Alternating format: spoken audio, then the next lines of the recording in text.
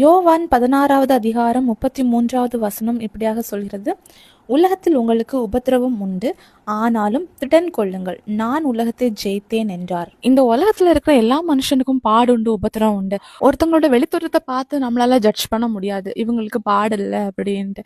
ஆனா ஒவ்வொருத்தவங்களோட வாழ்க்கையை நம்ம கேட்டு பார்க்கும்போது ஒவ்வொருத்தவங்க வாழ்க்கையிலயும் பாடு இருக்கு. ஆனா இதன் மத்தியிலையும் நம்ம கூட இருக்கிற ஆண்டவர் நம்மளை ஜெயிக்க வைக்கிறவர். ஏன்னா அவர் இந்த உலகத்துல வாழ்ந்த காலத்துல அநேக பாடுகளை ஜெயித்தாரு.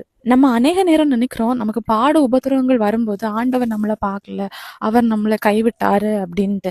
ஆனா ஆண்டவர் எல்லாவற்றையும் பார்த்துட்டு தான் இருக்கிறாரு. ஆண்டவர் நினைக்கிறது என்னன்னா, ஒரு பிரச்சனை போராட்டங்கள் வருதுன்னா அதன் வழியா கடந்து போய் அதை நம்ம ஜெயிக்கணும். அதை ஆண்டவர் நமக்கு ஸ்கிப் பண்ண மாட்டாரு. அதன் வழியா கடந்து போகும்போது அதுல ஒரு ஜெயத்தை நமக்கு தருவாரு. ஏசப்பா இந்த உலகத்துல வாழ்ந்த காலத்துல சாதாரண ஒரு மனுஷன மாதிரிதான் இருந்தாரு.